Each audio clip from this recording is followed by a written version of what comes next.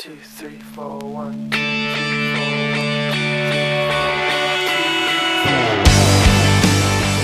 Hello, and welcome to the first annual Glory House College Football Primer.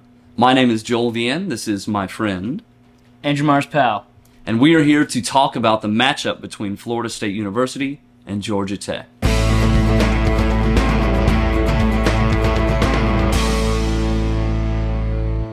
What are your initial thoughts, Myers? My initial thoughts, battle of the ACC here, as you can tell. Both teams who have a lot to prove.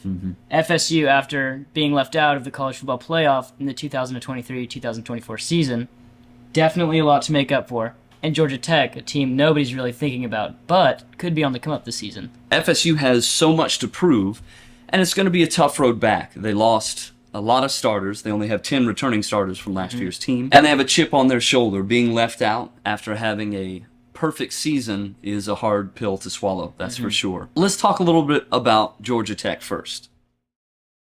Talk about with Georgia Tech is the return of their quarterback, Hayes King.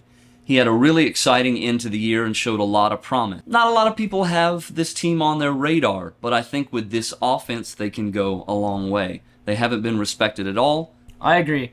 Hayes King, starting last season as QB3, he's got a lot to prove as well. This last spring game, they did not expect him to show out the way he showed out. Absolutely. Which climbed him up that depth chart, and he's expected to start on the first game this season. And when we think about Georgia Tech, they're not ranked anywhere in the ACC. In fact, last I looked, I think they're ranked dead last. So they absolutely have a lot to prove, but with a lowered bar, they could exceed that and really go somewhere. So we'll just have to see what they do. Now with Florida State, the biggest thing here is that they have a massive chip on their shoulder. They feel completely disrespected after last year having a perfect season and not being included in the playoff picture. Can you talk a little bit about that, Myers? Yes, of course. So, as you all know, Florida State got left out of the college football playoff. It was Michigan, Washington, University of Texas, and Alabama. They should have gotten into the college football playoff is what everybody thought, having a perfect season and a terrible end of the year, suffering 2 injuries from their QB1 and QB2. Now, they were talking a lot of smack and saying that they should have been in the college football playoff just to be obliterated by Georgia in their bowl game.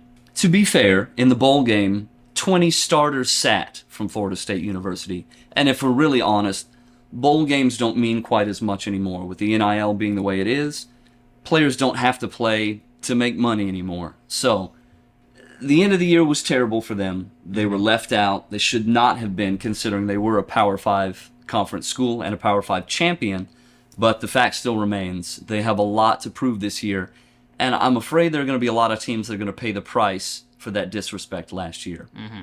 Now, another thing that we haven't touched on at all is where this game is being played. It's being played in Dublin, Ireland. Wow. It's a long, long way away. They're going to have to travel. Both teams will, I'm sure, travel at the same time, but they're going to have to travel to a foreign place. They're going to have to practice and prepare in a place that they've never been before. So it's another thing that you have to consider, especially because football players are creatures of habit. So if you have to change your habits specifically like this, it can be really detrimental. Exactly. I, for one, love that they are playing in Ireland, kind of adopting this rule that they've been doing in the NFL for 2 years now or 1 year now. Atlanta Falcons played a game in Germany last year, and I think, if I'm not wrong, Brazil is where the Eagles and Jets will be playing this next season. Okay. Enough about the NFL, though. I'm super excited about this Ireland game, and I hope that there's a lot more to come from it. So this is the first game of the season. It's a lot to prove for the ACC. Let's hope that this matchup between these two ACC teams can show that the conference is stronger than what they were shown to be last year. ACC has, not always, but usually is overlooked as the worst of the Power 5 conferences based on skill. Now, Power 4, with the Pac-12 ceasing to exist. I mean, you have schools that you don't learn until you're 15 because you've never heard of them. Boston College. Who are they? Wake Forest. Who are they? Things Basketball like that. schools, typically. Basketball schools, typically, Absolutely. Exactly. But we're talking about college football, baby. Talking about college football. This is a conference that has a lot to gain, especially with teams in the Mountain West and in the Sun Belt Conference wanting to come into the ACC especially knowing that a team like Clemson might not stay for very much longer. That's true. This conference has a lot to prove, and with all the realignment, who knows where all of this will end up. The final thing that we want to do is we want to decide who we think will win this matchup.